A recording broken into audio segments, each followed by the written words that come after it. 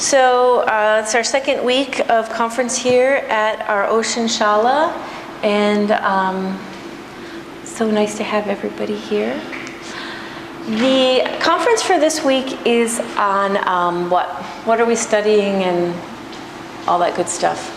We're studying the bandhas. So last week actually was a little bit of a step to the left. So we've been working on understanding the prana and how the prana moves through the body and how we hold it with the locks at the bottom. And we've been studying aspects of that. So that being, I'm just going to say these for you guys, the physiology of it and the energy and then the consciousness around it. And then lastly, we were studying Michelangelo, the art. The artistic quality of, I'm just warming your brains up right now going, oh yeah, that's what we were studying. I remember. So we started off this conference by asking a question. So we sort of understand for us that we want to move from the center core from a physiological point of view because it helps us with structure, with lightness and grace and all that good stuff. Where else in athleticism, or what other forms of, what other type of athletes work from their core? The big question. Warren. All kinds. Motorcycle riders, surfers, skateboarders. Yeah, and that really is the answer, but I love that he started with motorcycle riders because most of us wouldn't think of that, but you must ride motorcycles. And it's true. You really have to be like coming in, whether you're a regular cyclist or whether you're a motorized and you're racing and doing your thing, you have to have that core center for movement. So the answer is pretty much everything. And so if we understand that there's no form of using our bodies as athletes where we wouldn't need to work from the center, then it also is sort of common sense that just for us in daily life that we want to move that way, right? So we actually want to move from our core when we're walking, when we're sitting, when we're standing, when we're, balancing something. But oftentimes, sort of like, if you guys remember the way we began yoga, all of us, we were more like in our limbs, we were like more puppets. And over the years, we refine like a good dancer or a professional swimmer or athlete or cyclist, that we refine this movement. And so it should hold true then, we do that in life as well. And so this week I used a story of one of my students who she actually texted me last week, and I love this. I love that you guys share this with me and that I can share it with everyone. She was having lunch with a colleague, and the colleague said to her, "You move so gracefully." I mean, they were just having lunch. They weren't dancing or anything, they were just walking about and sitting and whatever. And she was really excited and texted me and she goes, "You know what? This is my yoga." And it is. If I was saying too, I was walking on the beach the other day and I thought, it'd be interesting if I had a video of myself walking on the beach 30 years ago and a video of myself just walking down the beach now. I would say that I would notice, but I think it would be apparent that I move differently than I used to after 25 or more years of doing yoga.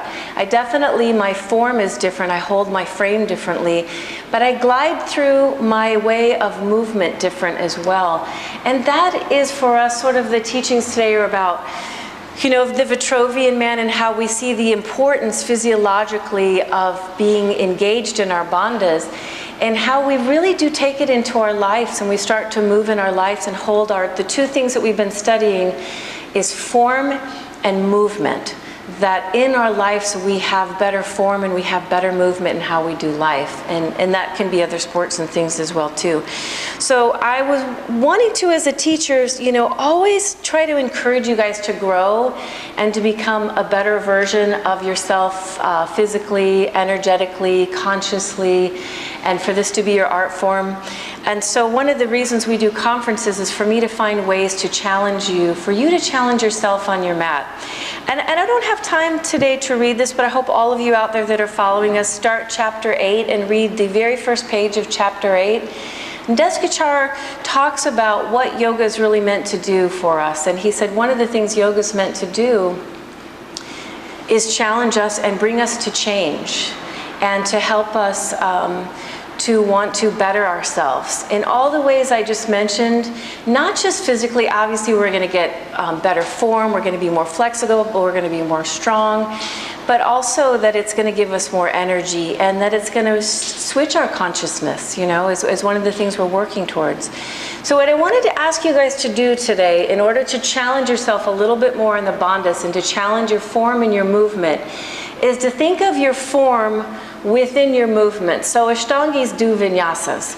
You know, it's one of the things that makes us different as a practice, and it's one of the ways that we heat our bodies up and we stay warm throughout the practice. But it's also how we stay conscious by our vinyasa movement. So I was saying, and T will be mad at me for standing up and not telling her here, hopefully she can still see me. There's one way I could enter, you guys all know triangle pose, very simple pose is arms come up, go into the pose. I'm here for 5 breaths. Whoa.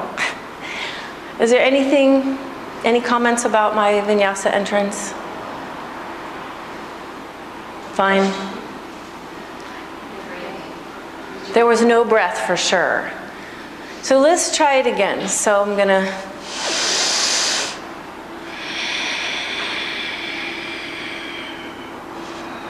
see, I did 5.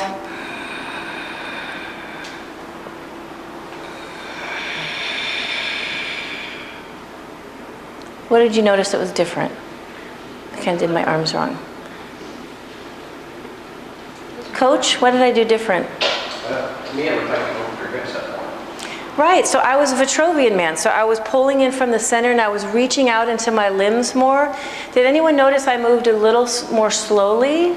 So, and something we talk about, in order for you to hold the bandhas, it's challenging to hold the belly in and to contract those perineal muscles. I find that if I move slower into my flexibility, into the form, that a couple things happens. One is I maintain the lock better, the contraction. The other thing is I hold my consciousness more, and I'm able to really get into the full edges of the body when I move a little bit slower into the form. It's the same when we do anything on the floor as well. Again, vinyasas are meant to keep us warm in this practice, but also meant to keep us conscious and in our bandhas. So what I want you guys to think of today, right before you jump through, is holding the bandhas up. And the same thing, I always try to teach you guys to move a little bit slower in however you do your vinyasa, in order to have that form within the movement. So when I did the first triangle pose, there just wasn't great form, right? As you kind of pointed out, and other things going on. So today I want you guys to think of this as a vinyasa practice. Every time we're exiting an asana, we're also entering an asana. So that movement in between becomes an opportunity for us to train ourselves in how we hold our form, and how we train ourselves on our mats becomes for all of us how we train ourselves to hold ourselves in life. So I always say strength and grace. Sthirabhaga is what we're working towards as Ashtangis, strength and grace. So I want to make this transition then to really what yoga is all about, is what Deskachar was saying, is me bettering myself in all the areas I just described, which means my consciousness as well, my way of being. And in that, I would hope for myself that after doing beautiful flow in this practice and strengthening myself in this practice, I take that same concept into what I want to say today is how we do life. You know, yoga is really all about how you do life. It's about you train, think of it as you're training for an hour and a half today, and then it's going to help you do life a little bit better. And someone might say to you, oh, you're so graceful, or you move so well, but they also might say things like this: wow, you have such a calmness about you, or wow, you're happy, you have such great energy. Those are things that are sort of benefits or results from the practice as well. And I always love the quote that I give you guys all the time by Tim Miller, where he says, it doesn't make any sense to do a practice like yoga and go out in the world and act like a jerk, right? We always love that one because it just reminds us, though, And so the example I was wanting to give you guys today is a powerful one. I've been listening to a professor for my Wim Hof studies, and he was talking about the power of meditation scientifically, you know, and how we get 25% more blood to the frontal cortex, and how it releases dopamine and all these important things. And he used this example. He said, you know, in life, if your child is sick with leukemia, all the meditation in the world is not going to make that situation different. But if we do something like meditation, 10 minutes, 20 minutes a day, it actually changes our brain and changes the way that we deal with life. And so, you know, I was looking around the room. There's so many of you here today. I know all of you, and I know that no matter how, you are all such a good people. But even that said, we're all going to have challenges in our life. All of us are going to be faced with challenges, suffering, and yoga is one thing that helps us meditate on our mat, or to train our minds on the mat, so that when life is challenging, whatever comes up for us, whatever life has to give us, that we can be our best self in that situation. We can't go around avoiding, you know, challenges, but instead, when challenges come our way, how do we show up for those? I ask myself that as a yogi, and I want you guys to ask yourself that as well as yoga students. How do you show up for life? I'll end with a story that my mom has a friend of hers back from Indiana from high school that she stayed friends with, and her daughter has sadly been suffering from cancer and is right now in the process of dying. And it's been a very hard process. But her daughter is someone who's just naturally, I think, probably a joyful person. She loves to sing, and the other day when my mom was telling me about her, she said, you know, Diana, of all the Facebook and stuff I get on the internet and the emails and stuff, the one I enjoy reading the most and the one I look forward to is from this lady, my friend's daughter, who's dying. And she said, I love her messages because they're always funny, they're positive, they're compassionate, they're just filled with inspiration. And she was telling me this story. It's on our YouTube, so this might go back that direction too, and I hope it does. She was in her hospital room with her nurse or whoever was doing some physical exercises with her, and she loves to sing, so she had this person singing with her, you know, and the two of them were singing. I know you know the song, and I just want to plant this like image in your head because I love this image. They were singing this Tom Jones song. It's not unusual to be in love. You guys all know that song?